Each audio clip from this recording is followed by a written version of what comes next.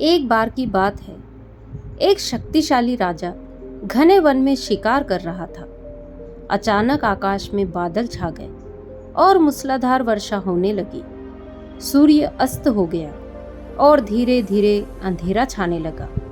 अंधेरे में राजा अपने महल का रास्ता भूल गया और सिपाहियों से अलग हो गया। भूख, प्यास और थकावट से व्याकुल राजा जंगल के किनारे एक टीले पर बैठ गया।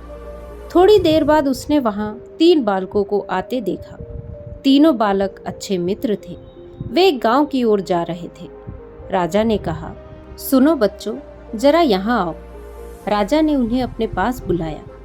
बालक जब वहां पहुंचे तो राजा ने उनसे पूछा, क्या कहीं से थोड़ा भोजन और जल मिलेगा? मैं बहुत प्यासा हूँ और मुझे भूख भी बहुत लगी है। बालकों ने उत्तर दिया, अवश्य, हम घर जाकर अभी कुछ ले आते हैं। वे एक गांव की ओर भागे और तुरंत राजा के लिए जल और भोजन ले आए। राजा बच्चों के उत्साह और प्रेम को देखकर बहुत प्रसन्न हुआ।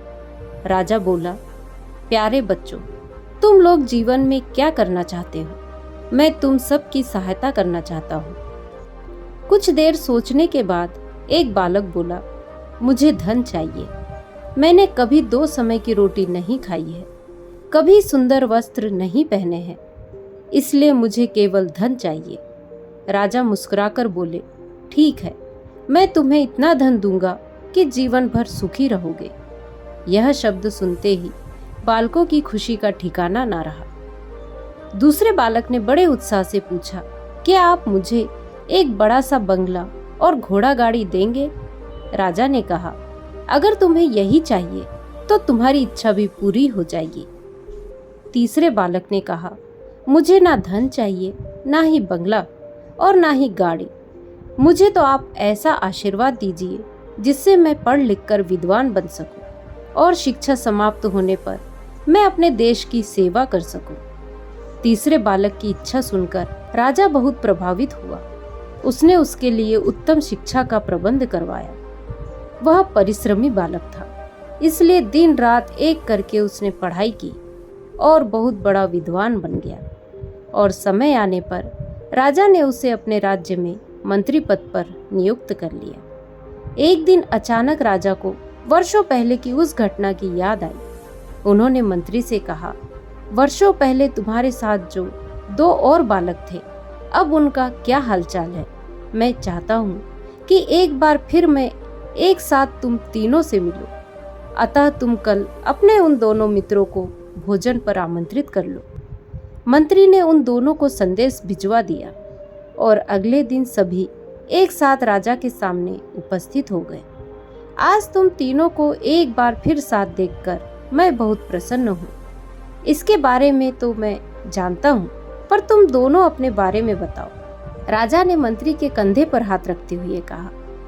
जिस बालक ने धन मांगा था वो बहुत दुखी होते हुए बोला, राजा साहब, मैंने उस दिन आपसे धन मांगकर बहुत बड़ी गलती की।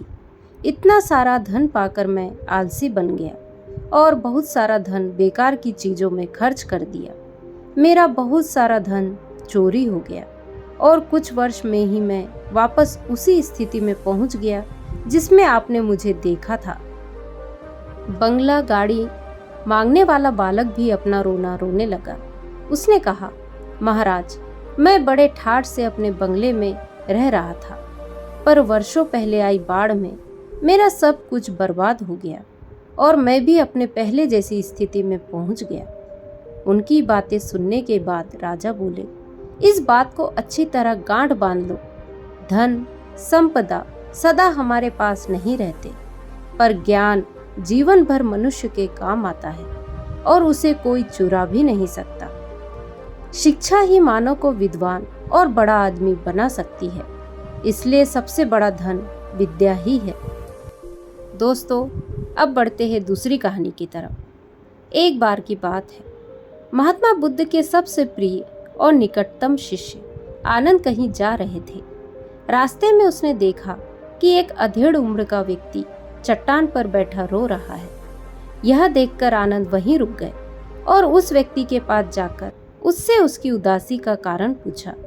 उस व्यक्ति ने अपने आंसू पोंछते हुए कहा, मैं पास के गांव में रहने वाला एक बदकिस्मत व्यापारी हूँ। मैं जो भी काम करता हूँ वह गलत हो जाता है। व्यापार की चाह में मैंने अपनी माँ और पत्नी के गहने खो दिए और अब अपना घर और खेत गिरवी रख दिया है। मुझे लगता है कि मेरी किस्मत खराब है। उसकी बात सुनकर आनंद ने कहा, तुम्हें किसने कहा कि तुम्हारी किस्मत खराब है? मुझे भी तो बताओ कि तुम्हारी किस्मत में क्या खराबी है। व्यक्ति ने कहा कि पहले वह खेती करता था, लेकिन हर साल उसमें घाटा हो जाता था। कभी सूखा पड़ा तो कभी अतिवृष्टि से फसल खराब हो गई। कभी आवारा जानवर फसल को नुकसान पहुंचाते तो कभी कीड़े मकोड़े और बीमारियां फसल को बर्बाद कर देती। खेती से मेरे परिवार का गुजारा ठीक से नहीं हो पाता था, जिसके कारण मैंने खेती छोड़ दी और व्यापार करने का फैसला किया। मैंने अपनी पत्नी के गहने बेचकर अपना व्यवसाय शुरू किया, लेकिन मेरा व्यवसाय नहीं चला। शुरुआत में मेरे परिवार के सदस्यों ने मेरी आर्थिक मदद की और मेरा समर्थन किया, लेकिन जैसे ही मुझे घाटा होने लगा, मेरे परिवार के सदस्यों ने भी मुझे छोड़ दिया और उन्होंने मुंह मोड़ लिया। अब वे मुझे देखकर नजरें फेर लेते हैं और अपने परिवार की गरीबी और दुर्दशा के लिए मुझे जिम्मेदार ठहराते हैं। अब मुझे लगने लगा कि मेरा जीवन निरर्थक है। अक्सर मेरे मन में विचार आते हैं कि मुझे अपना जीवन समाप्त कर लेना चाहिए, और आज मैं यही करने आया था।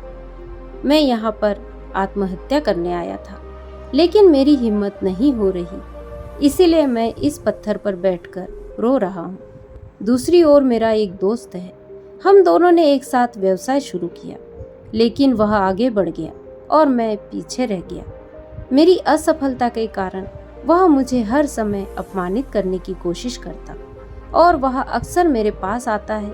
वो अपनी सफलता के बारे में बड़ी बड़ी बातें करता है। वह मेरे परिवार को बताता कि उसने कितनी मेहनत करके इतना बड़ा व्यवसाय खड़ा किया है, और वह अक्सर मुझे, मेरी पत्नी और मेरे माता पिता के सामने अपने व्यवसाय की फलती फूलती कहानियां सुनाता, जिससे मेरा परिवार उसकी प्रशंसा करता और मुझे निकम्मा और कमजोर दिमाग वाला कहता।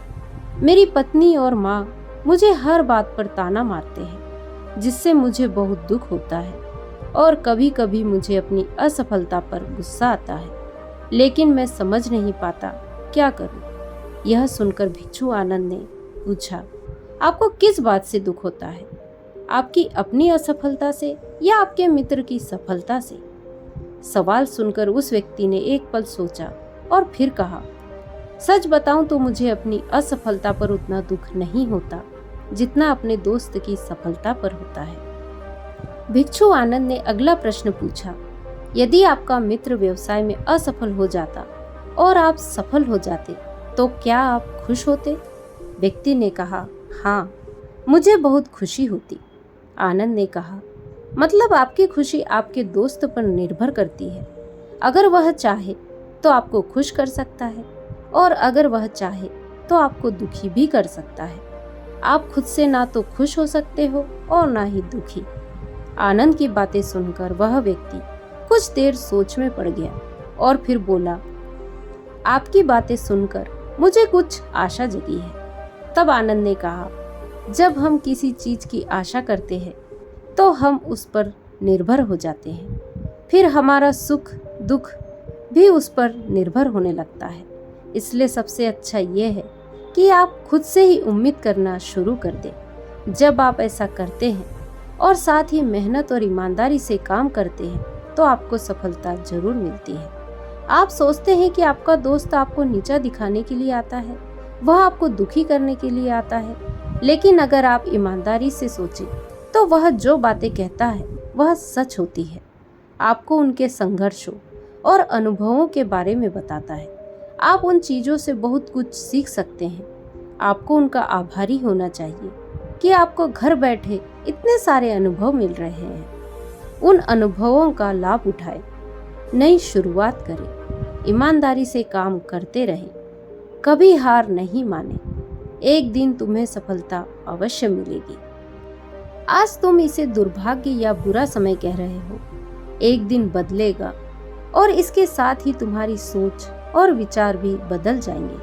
और देखिए, जब आपका अच्छा समय शुरू होगा तो आपके दोस्त भी आपको उसकी सफलता की कहानी नहीं बताएंगे। उस व्यक्ति ने आनंद से कहा, मैं समझता था कि अब तक मेरी किस्मत खराब थी क्योंकि वह दूसरों के हाथ में थी, लेकिन अब से मैं अपनी किस्मत अपने हाथ में रखूंगा और फिर से प्रयास करूंगा और पूरी ताकत से काम करूंगा।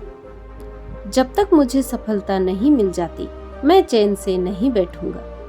यह सुनकर भिक्षु आनंद मुस्कुराए और वहां से चले गए। तो दोस्तों, आज का वीडियो यदि आपको पसंद आया हो तो वीडियो को लाइक, शेयर, कमेंट करें और मेरे चैनल को सब्सक्राइब करें। नमो बुद्धाय।